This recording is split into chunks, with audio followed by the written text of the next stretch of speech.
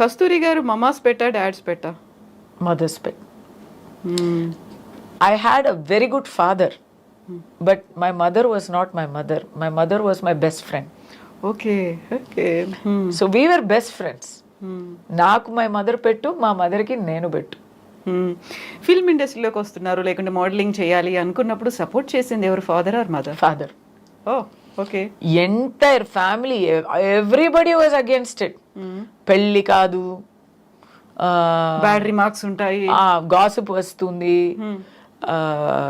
Character గురించి అందరూ ఏవైనా మాట్లాడతారు అని బెదిరిస్తే మై ఫాదర్ సెడ్, ఎవరు మాట్లాడితే ఏంటి, నాకు అమ్మాయి గురించి నాకు తెలుసు, నమ్మకం ఉంది, అది నిప్పు లాంటిది, అలాగే ఉంటుంది అని చెప్పారు. సో ఆ నమ్మకాన్ని నేను నిలబెట్టుకున్నాను అనేది నాకు పెద్దగా, అది ఒక పొగరే నాకు. ఏమంటారు ఇన్నేళ్ళు చూసిన తర్వాత మీ ఎక్స్పీరియన్సెస్, మీ మూవీస్ సీరియల్స్ ఇవన్నీ చూసిన తర్వాత what was his reaction? He is not there. అప్పుడు ఏమనుకునేవాళ్ళు? 18 years ago. So sorry. అప్పుడు పెళ్ళి చేసుకొని కంగారుగా ఒక పిల్ల కూడా పుట్టించాం. Because he was also not well, Parkinson's వచ్చింది. So mother and father are counting their days అని మాకు తెలిసిపోయి, నేను my brother both of us hurriedly we had babies so that they can see movies. So many things we did, and my father used to do all sorts of things. He will come, he will become, he is very good. నేనే ఇంత మాట్లాడుతున్నానంటే ఆయన ఇంకా చాలా funny, ఆయన ఎక్కడ వెళ్తే అక్కడ అలా లైట్ వెలిగిపోతుంది, వైబ్రెంట్ గా.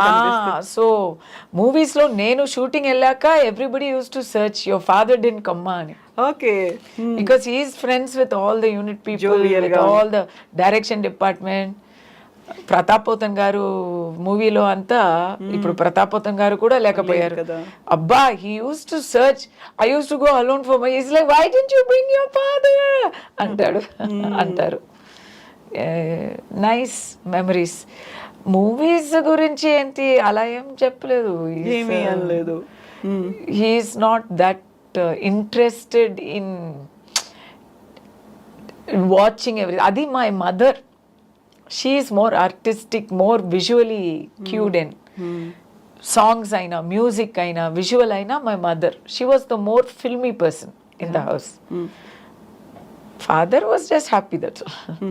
సో మీరు వచ్చినటువంటి ఫ్యామిలీ ఒక ట్రెడిషనల్ ఫ్యామిలీ నుంచి వచ్చిన తర్వాత ప్రోగ్రెసివ్ థాట్స్ అనేవి, ఎందుకు అమ్మాయిని పిల్ల సినిమాల్లోకి పంపించాలి, అలా అయితే ఎలా అనేది పక్క సొసైటీయే కాదు మీ ఓన్ క్లోజ్ రిలేటివ్స్ కూడా అంటారు కదా, అందరూ ఆ టైంలో వాళ్ళకి ఫాదర్ ఇచ్చిన ఆన్సర్ ఏంటి అసలు?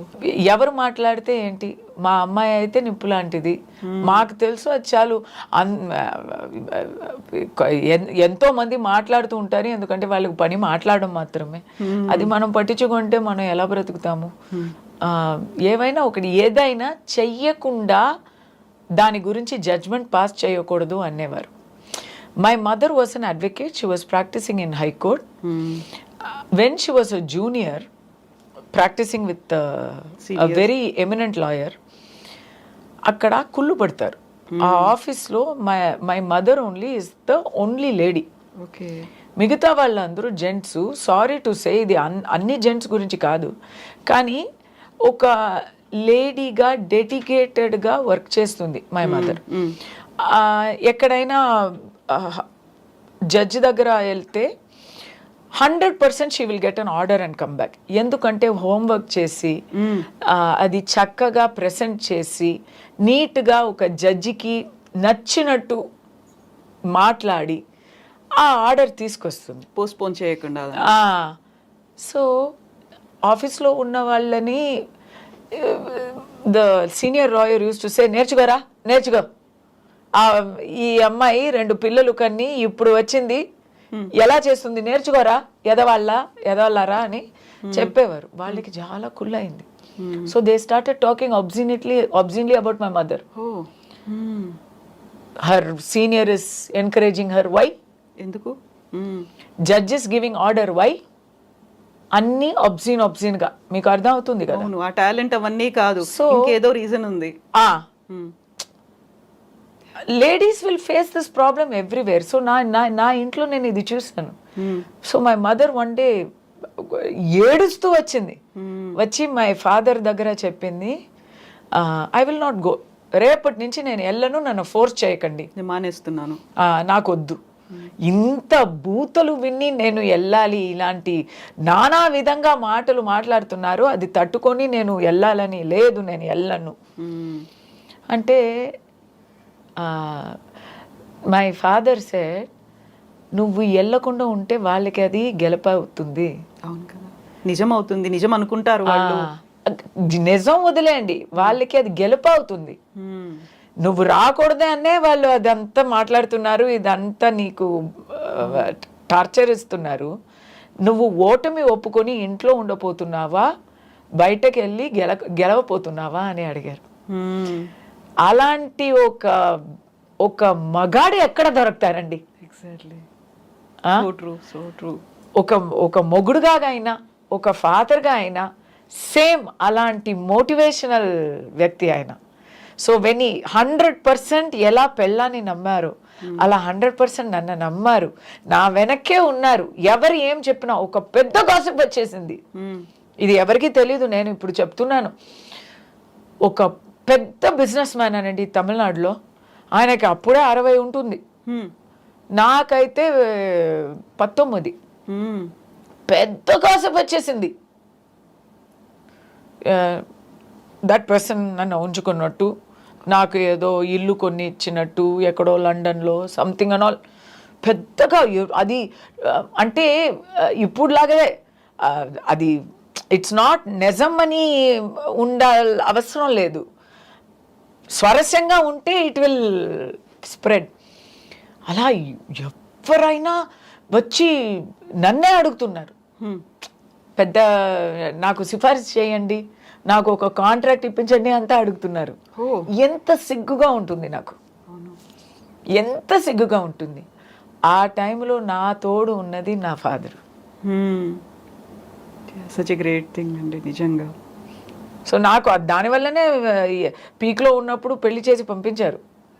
My mother is not like my father, అంత బ్రేవ్ కాదు. షీఈస్ అ లాయర్ కదా, ప్రతిరోజు అందరినీ కలిసి ఫేస్ చేస్తున్నారు కదా, she knows how people think. So immediately ఆ గాసిప్ రాగానే నాకు వెతకడం మొదలుపెట్టారు. 2.5 yearsలో పెళ్ళి. చాలు నువ్వు నటించింది అల్లు, లేకపోతే పెళ్ళి కాదు. అవును కదా. సో ఏదైతే ముందు భయపడ్డారో, ఎవరైతే కామెంట్స్ చేస్తారనుకున్నారో, అవన్నీ వచ్చేసరికి ఇంటి దాకా వస్తున్నాయి. They can't take it. ఇంకా ఆ టైంలో కాలేదు ఇంకా. అండ్ హస్బెండ్ వైఫ్ నుంచి ఎలా అనిపించింది అప్పుడు? They don't care. పెద్దరికం అంటే పెద్దరికం అండి. మనం ఎలా ఉన్నామో, మన మనస్తత్వం ఎలా ఉందో అలాగే మనం అవతల వాళ్ళని అనుకుంటాము. మా మైండ్లో చెత్త ఉందనుకోండి, అందరూ చెత్తగానే మనకు కనిపిస్తారు. మనం పెద్దరికత్వంతో ఉంటే అందరూ మనకి నిజాయితీతో కనిపిస్తారు. మా ఇన్లాస్ అయితే పెద్దవాళ్ళు. మా ఆయన అయితే ఈ saving lives, he doesn't have to worry about this. Exactly, ఇవన్నిటిని పట్టించుకోవాల్సిన అవసరం నా గురించి వాళ్ళకి తెలుసండి.